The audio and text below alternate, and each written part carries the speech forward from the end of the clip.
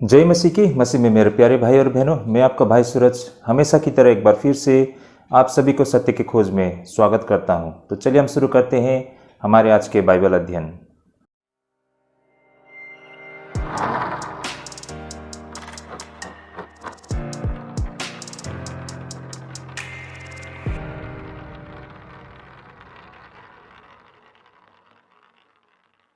तो एक बार फिर से स्वागत है भाई और बहनों हमारे सत्य की खोज में। तो भाई और बहनों, आज का जो हमारा बाइबल अध्ययन करने का रहेगा वो प्रेरित काम 1 अध्याय 9 से लेके आपके 26 पद तक हम अध्ययन करने जा रहे हैं भाई और बहनों। जैसे कि हमारा सबसे पहला विषय रहेगा यीशु के महिमा के साथ स्वर्गारोहण और फिर महिमा के साथ वापसी। तो भाई और बहनों, प्रभु मसीह ने अपने कार्य करने के बाद वो स्वर्गारोहण होते हैं। इस विषय में क्या कुछ कहा गया है, इसे हम किस तरह समझते हैं प्रेरित के काम से, इसे आज हम अध्ययन करेंगे। तो चलिए भाई और बहनों, हम शुरू करते हैं हमारे आज के अध्ययन को। सबसे पहले हमारा आज का जो विषय रहेगा यीशु के महिमा के साथ स्वर्गारोहण और फिर महिमा के साथ वापसी। यह हमारा आज का पहला विषय रहेगा।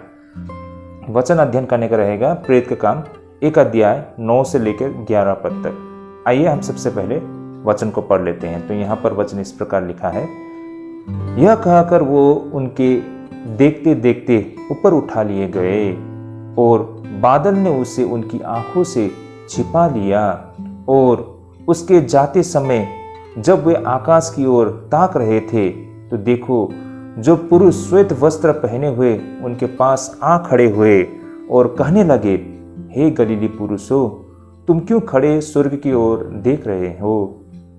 यही यीशु जो तुम्हारे पास से स्वर्ग पर उठा लिया गया है, जिस रीति से तुमने उसे स्वर्ग को जाते देखा है, उसी रीति से वह फिर आएगा। आमीन। तो भाई और बहनों, हम यहाँ पर देख पाते हैं ना, प्रभु यीशु मसीह अपने शिष्यों को ना वो आखिरी आज्ञा, वो महान आज्ञा, वो सब देने के बाद है ना, प्रभु यीशु मसीह अंत में जब वो स्वर्ग में उठा लिए जाते हैं तो उस वक्त क्या होता है कि उसके शिष्य उस दृश्य को देख रहे होते हैं ना। तो बेशक वो नज़ारा बिल्कुल शानदार रहा होगा, है ना, क्योंकि हर किसी के मन में बहुत सारे ऐसे प्रश्न उठ रहे होंगे, है ना, जिज्ञासा हो रही होगी, आगे क्या होगा, ये प्रश्न होगा उनके सामने में, या फिर वो बहुत ही मोटिवेटेड होंगे उस समय, है ना।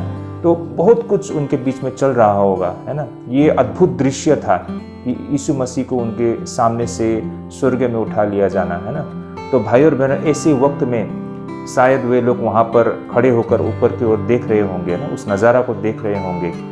तो क्या होता है कि उनके बीच में 2 पुरुष श्वेत वस्त्र पहने हुए उनके पास आ खड़े हुए, ऐसा कहा गया है। कहने का तात्पर्य, ये 2 पुरुष बेशक इसमें कोई संदेह नहीं है वे स्वर्गदूत होंगे, है ना। उनके समक्ष वे उपस्थित हुए और उन्होंने उनसे कहा कि हे गलीली पुरुषों, तुम क्यों खड़े स्वर्ग की ओर देख रहे हो?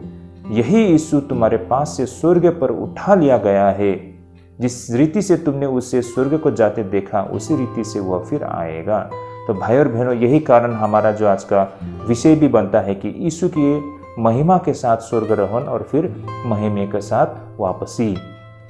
तो भाई और बहनों, आप सभी समझ गए होंगे हमारे आज के विषय काफ़ी रोचक विषय रहेगा, इस पर आज हम अध्ययन करेंगे। तो भाई और बहनों, अब हम अपनी अध्ययन की ओर आगे बढ़ते हैं। भाई और बहनों, ये संक्षिप्त अध्ययन हमें नए नियम में 2 सबसे कठिन अवधारणाओं के साथ हमें आमना सामना कराती है। ऐसा हम क्यों कहते हैं? ऐसा हम क्यों कहते हैं कि ये जो प्रभु यीशु मसीह का स्वर्गारोहण, ये नया नियम में हमें ऐसा क्यों लगता है कि ये सबसे कठिन अवधारणाओं के साथ हमें सामना कराती है?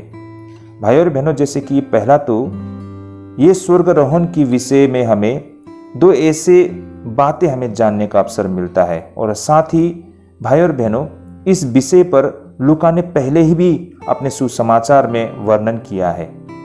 मैं नहीं जानता हूँ दूसरे सुसमाचार में किस तरह इस विषय में वर्णन किया गया है, लेकिन इस विषय में लूका में भी वर्णन किया गया है।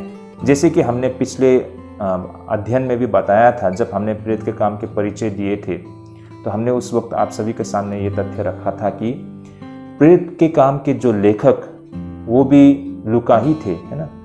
जो लूका जिन्होंने लूका रचित सुसमाचार को लिखी थी, है ना, वो वैद्य, वो डॉक्टर, है ना, वही लूका ने प्रेरित के काम को भी लिखी थी। तो बेशक उनके जो कंटेंट होते हैं वो सिमिलर होते हैं, है ना, काफ़ी हद तक में। और हम सब जानते हैं कि प्रेरित काम एक कंटिन्यूएशन है लूका रचित सुसमाचार का, है ना। तो सुसमाचार और प्रेरित के काम में हमें एक लिंक, है ना, दिखाई देता है, क्योंकि इनके ऑथर एक ही है और ये कंटिन्यूएशन है। सुसमाचार के बाद आगे की जो पुस्तक प्रेरित के काम को लिखी गई थी, तो यही कारण इसमें सिमिलरिटी हमको कुछ दिखाई देती है। तो जो बातें यहाँ पर अभी कही गई है, इन बातों को लूका रचित सुसमाचार में भी वर्णन किया गया है। हम देख सकते हैं जैसे कि लूका रचित सुसमाचार 24 अध्याय 50, 51, 52, 53, जैसे कि यहाँ पर लिखा गया है। भाई और बहनों, मैं आप सभी के समक्ष इसे पढ़ना चाहूँगा। तब वह उन्हें वेतनिया तक बाहर ले गया और अपने हाथ उठाकर उन्हें आशीष दी, और उन्हें आशीष देते हुए वह उनसे अलग हो गया और स्वर्ग से उठा लिया गया, और वे उसको दंडवत करके बड़े आनंद से यरूशलेम को लौट गए और लगातार मंदिर में उपस्थित होकर परमेश्वर की स्तुति किया करते थे। ओके, आमेन। तो देखिए भाई और बहनों, यहाँ से हम ये बातें स्पष्ट होती है कि इन बातों को लूका ने अपने सुसमाचार में भी वर्णन किया था। तो भाई और बहनों, यहाँ पर दो ऐसे कारणों से यीशु मसीह के स्वर्गारोहण होते हुए देखना अति आवश्यक था।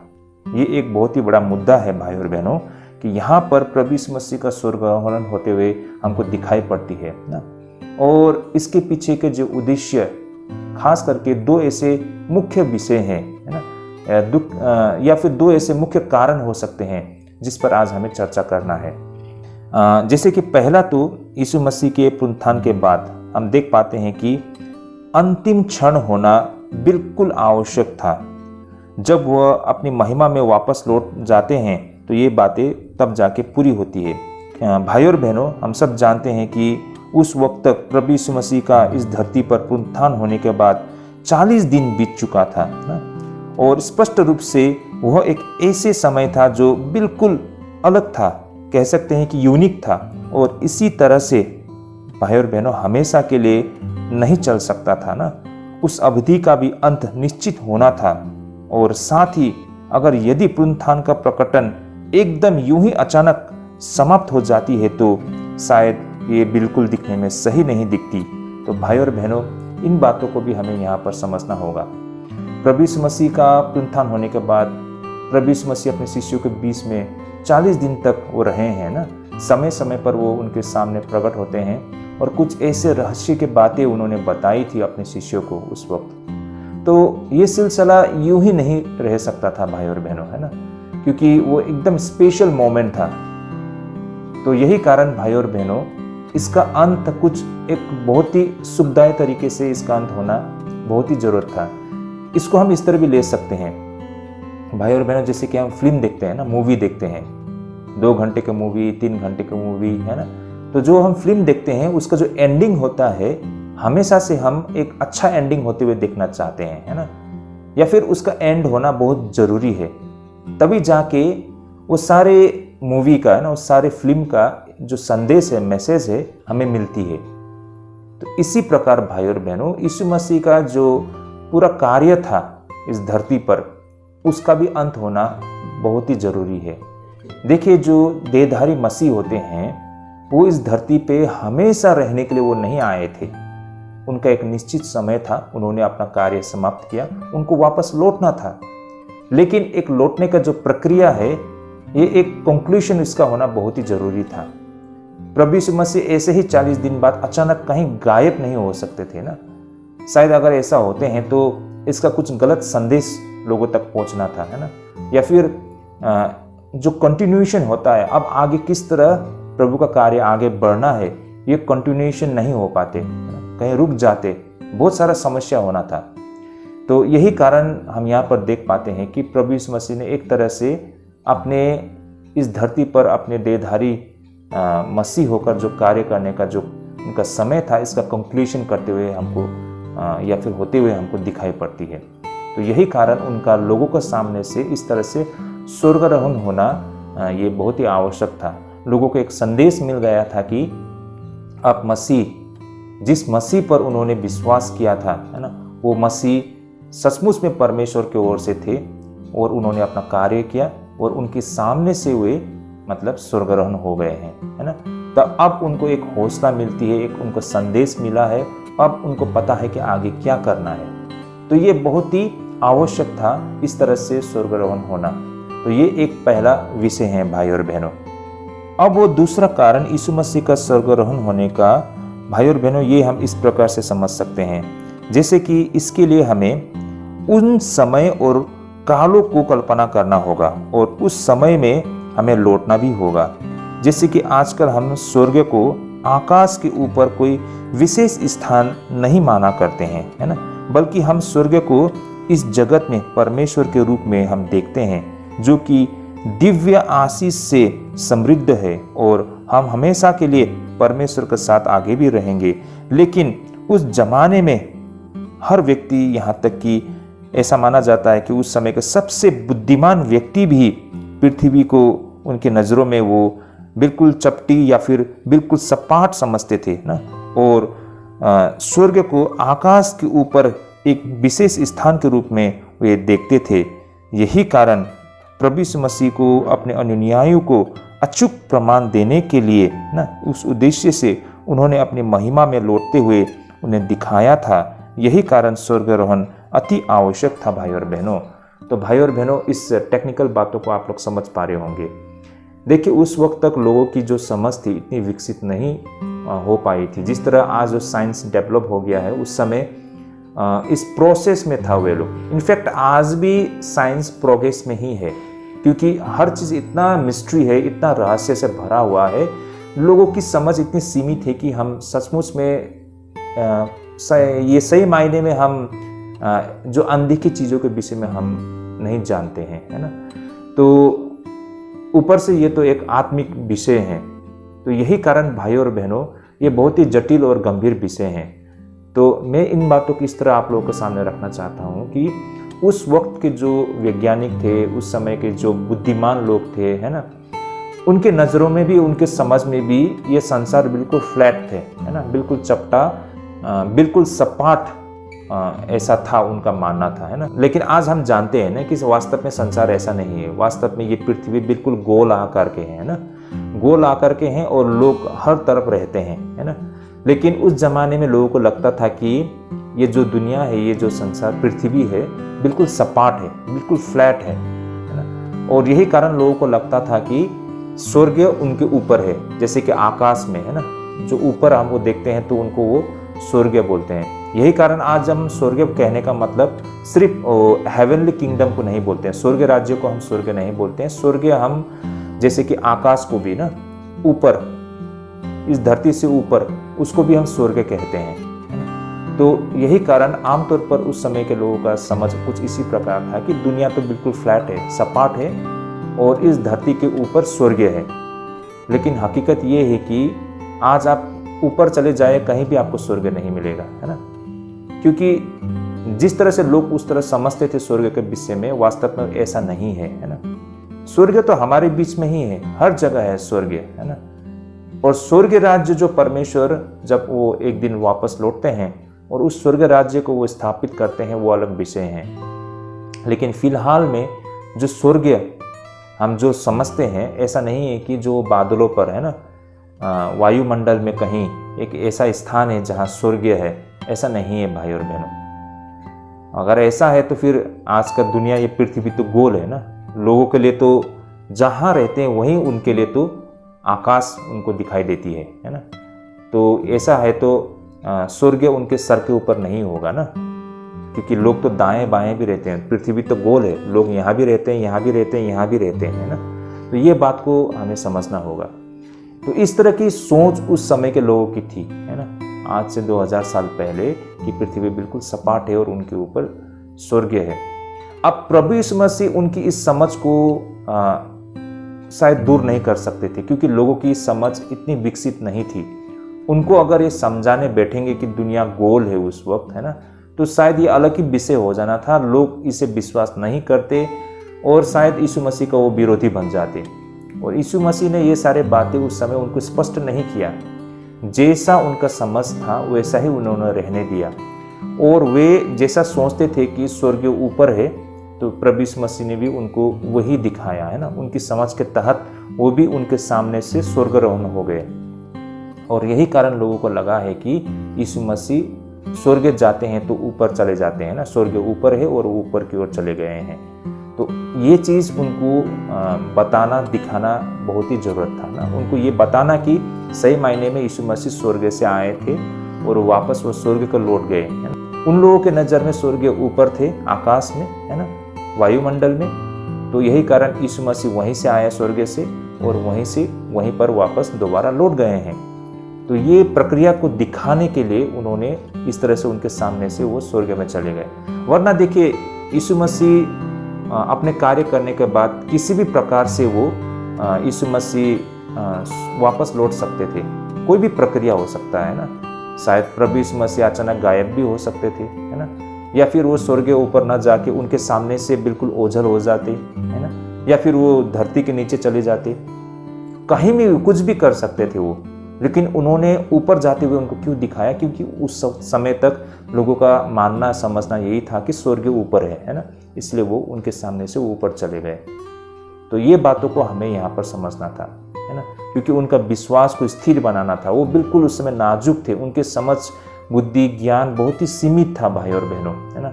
यहाँ पर कोई छेड़छाड़ नहीं कर सकते थे, क्योंकि इतना समय नहीं था कि उनको इन सारे बातों के विषय में बताया जाए। तो उनको जो आज्ञा दिया था उन्हीं को उन्हें पूरा करना था। यही कारण यीशु मसीह ने उनके सामने से वो स्वर्गारोहण हुए थे। तो भाई और बहनों, आई होप इन बातों को आप लोग समझ पा रहे हो। लेकिन भाई और बहनों, हमें यहाँ पर कुछ ऐसी इंटरेस्टिंग बातें दिखाई पड़ती है, जैसे कि भाई और बहनों, जब लूका अपने सुसमाचार में इस विषय में बताते हैं कि वे बड़े आनंद के साथ यरूशलेम को लौट आए थे, जैसे कि लूका रचित सुसमाचार 24 अध्याय 52 पद में कहा गया है ना। आइए मैं इसे आपके सामने रखना चाहूँगा। जैसे कि यहाँ पर लिखा है, और वे उसको दंडवत करके बड़े आनंद से यरूशलेम को लौट आए।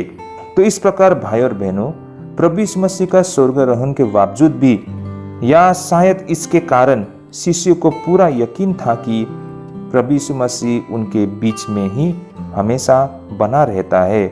तो भाई और बहनों, यही कारण वे लोग बहुत ही आनंदित हुए ना। वे लोग बहुत ही आनंदित होते हुए वापस यरूशलेम की ओर लौटते हैं, है ना। एक नज़र से देखें तो यीशु मसीह अब उनके बीच में नहीं है ना, वो तो स्वर्गारोहण हो गए हैं। तो उनको दुखी होना चाहिए था, लेकिन वे लोग क्यों खुश है? किस चीज़ के लिए खुश है? क्योंकि उनको ये बात समझ में आ गई थी कि यीशु मसीह बेशक उनकी नज़रों से ओझल हो गए हैं, लेकिन यीशु मसीह उनके बीच में ही हमेशा बना रहता है ना। यीशु मसीह का उपस्थिति को वे लोग महसूस कर पा रहे थे। अब वे लोग बहुत खुश थे, है ना, बहुत ही आनंदित थे। अब वे लोग बिल्कुल निश्चित हो गए थे कि यीशु हर वक्त उनके पास है।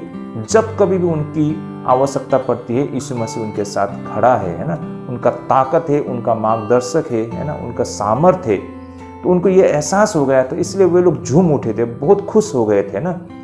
भाई और बहनों, ये आप और हमारे लिए भी अति आवश्यक है। भाई और बहनों, जब और जिस घड़ी हमको ये एहसास होता है कि यीशु मसीह हमारे बीच में हमेशा उपस्थित है ना, वो हर वक्त हमारे साथ है, जिस दिन इन बातों का हमें एहसास हो जाता है ना, हम भी उनकी तरह बेशक आनंदित हो पाएंगे, है ना। आज मुझे भी इसका एहसास हो रहा है ना। मुझे भी अभी ये चीज़ एहसास हो रहा है, महसूस कर रहे हैं।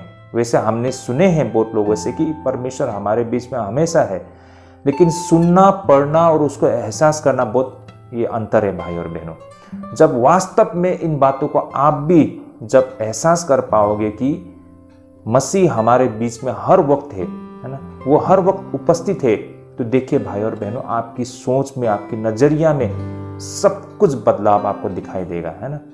आज क्या है, हमें ऐसा लगता है कि कोई हमें नहीं देख रहे हैं, तो हम कुछ भी ऐसा काम कर लेते हैं जो परमेश्वर के आगे का विरोध में है ना। इस तरह से हम इसे हल्के से लेते हैं और दिन प्रतिदिन हम पाप करना मतलब करते रहते हैं, और बहुत भी आगे जाके गंभीर पापे हम करना शुरू कर देते हैं, है ना। लेकिन जिस दिन आपको ये एहसास होता है कि परमेश्वर आपके बिल्कुल समक्ष है, परमेश्वर आपको हर चीज़ वो करते हुए देख पा रहे हैं, है ना, तो आप अलर्ट रहते हैं, आप बहुत होशियार रह जाते हैं और आपको लुभाने वाली चीज़ों को आप इनकार कर सकते हैं। दुष्ट के चाल से आप अपने आप को इनकार कर सकते हैं, है ना, और आप प्रयास करते हैं कि आप बिल्कुल पवित्र जीवन जिए, है ना, और धार्मिकता के मार्ग में आप आगे बढ़े। तो ये तभी संभव हो पाता है जब आपको एहसास होता है कि मसीह हमारे समक्ष, है ना, हमारे बीच हमेशा उपस्थित है। तो भाई और बहनों, इस तरह से हमारी सोच और नजरिए में चेंज आता है और वही चीज़ यहाँ पर यीशु मसीह के चेलों के बीच में भी हमें दिखाई पड़ती है। बेशक यीशु मसीह उनके बीच से स्वर्गारोहण हो गए हैं ना, ओझल हो गए हैं, किसी को दिखाई नहीं दे रहा है, लेकिन यीशु मसीह उनके बीच में ही उपस्थित है। उस वक्त ये चीज़ उनको एहसास हो चुका था। यही कारण वे लोग बहुत आनंदित थे भाई और बहनों, है ना। तो ये बातें हमको यहाँ पर लूका में दिखाई पड़ती है। तो इस प्रकार स्वर्गारोहण के बावजूद, है ना, ये शिष्य बहुत ही आनंदित थे। अब आगे यह पंक्ति हमें यीशु के दूसरे आगमन के साथ आमना सामना कराते हैं, जैसे कि हम 11 पद में यहाँ पर कहा गया है। आइए हम वचन के माध्यम से इन बातों को समझने का प्रयास करते हैं। जैसे कि यहाँ लिखा है कि गलील के पुरुषों, तुम क्यों खड़े होकर स्वर्ग की ओर देखते रहे हो? यही यीशु जो तुम्हारे पास से स्वर्ग पर उठा लिया गया है, जिस रीति से तुमने उसे स्वर्ग को जाते देखा है, उसी रीति से वह फिर आएगा। तो ये बातें हम 11 पद में देखते हैं। तो भाई और बहनों, प्रभु यीशु मसीह के दूसरे आगमन को लेकर हमें 2 बातों को यहाँ विशेष करके हमेशा याद रखनी चाहिए, है ना, हमेशा इन बातों को स्मरण करना चाहिए। बेशक यहाँ पर वे स्वर्गदूत उन्हें बताते हैं कि जिस तरीके से यीशु मसीह यहाँ से सबके सामने से वो स्वर्गारोहण होते हुए हमने देखा है, उसी तरीके से एक दिन सबके सामने वो प्रकट होंगे, है ना। हाँ भाई और बहनों, इन बातों को हमें तहे दिल से विश्वास करना है, उस समय का हमें इंतजार करना है ना। ये हम हर एक विश्वासियों का कर्तव्य है। लेकिन भाई और बहनों, इस प्रक्रिया में कुछ बातें हमको हमेशा याद रखना है ना, और कुछ बातों को हमें हमेशा स्मरण करना है। जैसे कि सबसे पहले तो यह अनुमान लगाना कि ये कब और कैसे होगी। कहने का तात्पर्य है यीशु मसीह का आगमन कब और कहाँ होगी। इन बातों को अनुमान लगाना यह बेहद मूर्खता और बेकार की बातें हैं भाई और बहनों, क्योंकि यीशु मसीह ने स्वयं ये बातें कहा था कि उस दिन और उस समय को कोई नहीं जानता है कि कब मनुष्य का पुत्र आएगा। मरकुस 13:32 में अगर हम पढ़ते हैं तो ये बातों को हम बिल्कुल स्पष्ट रूप से समझ पाते हैं। आइए मैं इसे पढ़ना चाहूँगा। उस दिन या उस घड़ी के विषय में कोई नहीं जानता, न स्वर्ग के दूत और न पुत्र, परंतु केवल पिता। तो भाई और बहनों, इस वचन के तहत अगर हम जो चीज़ मिस्ट्री है, जो चीज़ रहस्य है, कुछ बातें परमेश्वर मानव जाति से छिपा कर रखते हैं।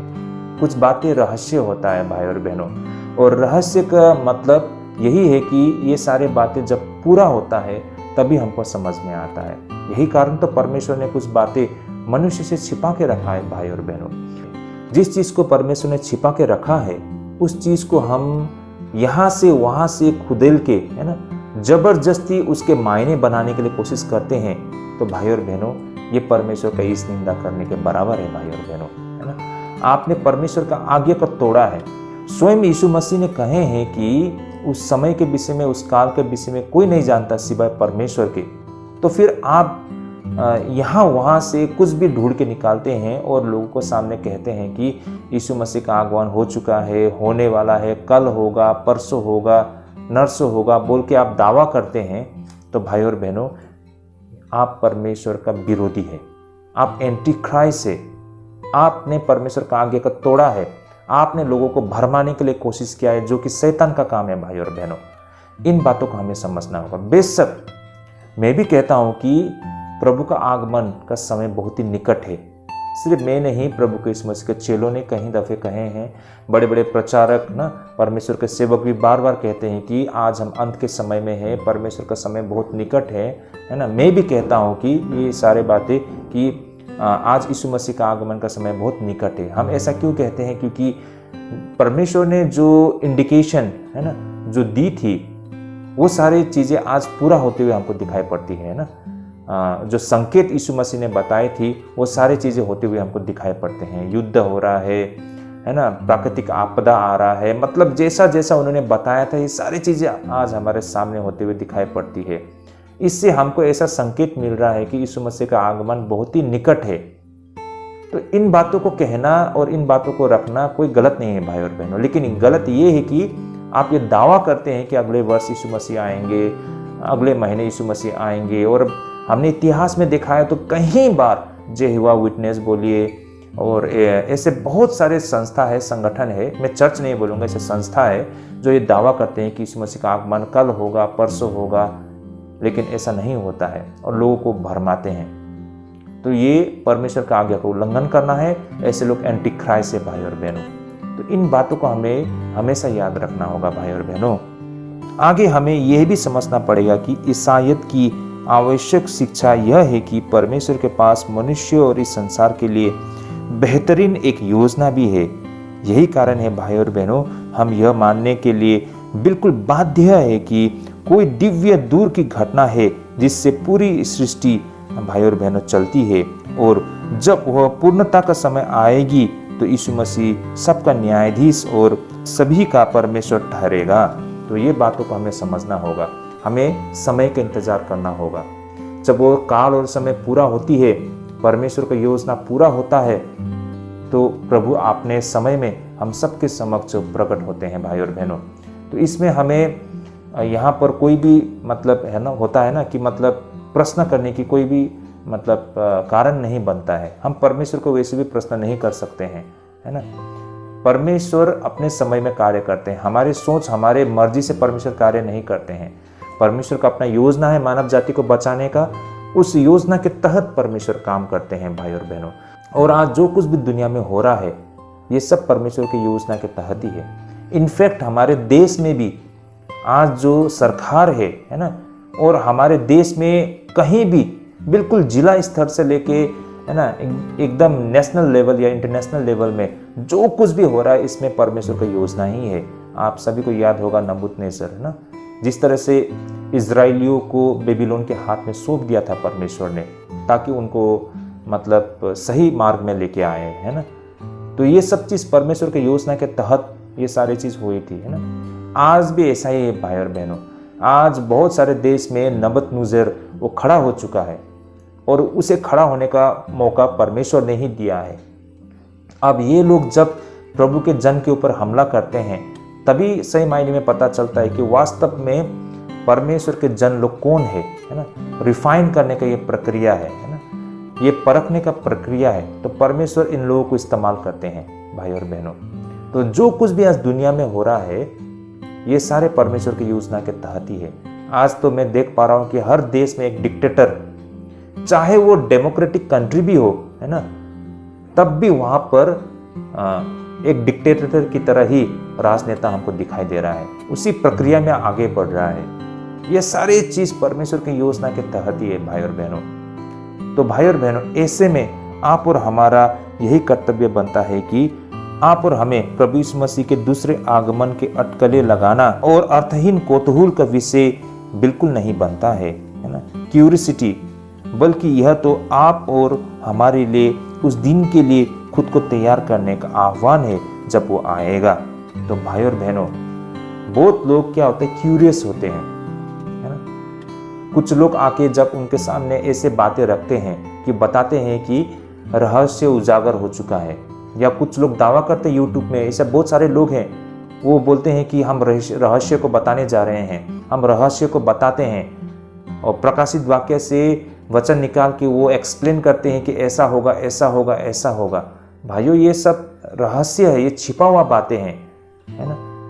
ये चीज़ जब पूरा होता है तभी हमको समझ में आता है, लेकिन आप पूरा होने से पहले ही इन सारे रहस्य को उजागर करने के आप दावा करते हो, तो सही मायने में ये लोग परमेश्वर की ओर से नहीं है भाई बहनों। ये भी हमको समझना चाहिए।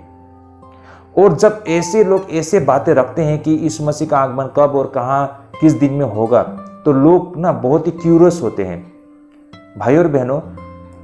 ये सब क्यूरियसिटी एक नज़र से स्वाभाविक भी है, लेकिन भाई और बहनों ये अति होना सही नहीं है। ये हमें गलत मार्ग में लेके चली जाती है।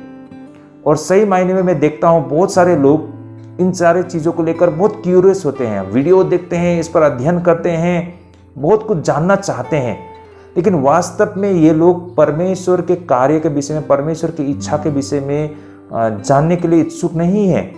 जब इन डेप्थ ना बिल्कुल गहराई से हम उसे जब शिक्षा देते तो उनको सुनने का दिल नहीं है। लेकिन ऐसे जो आकर्षित चीज़ें, ऐसे क्यूरियोसिटी ना, ऐसे बातें, कौतूहल से भरा हुआ बातें जब उनके सामने हम रखते हैं तो उनको सुनने में अच्छा लगता है। तो कुछ लोग होते हैं कि ऐसे बेकार की चीज़ों में ही उनको इंटरेस्ट लगता है। तो ऐसी चीज़ में इंटरेस्ट दिखाना, इसका मतलब ये नहीं है कि आप परमेश्वर के प्रति अपनी भक्ति को दिखा रहे हो।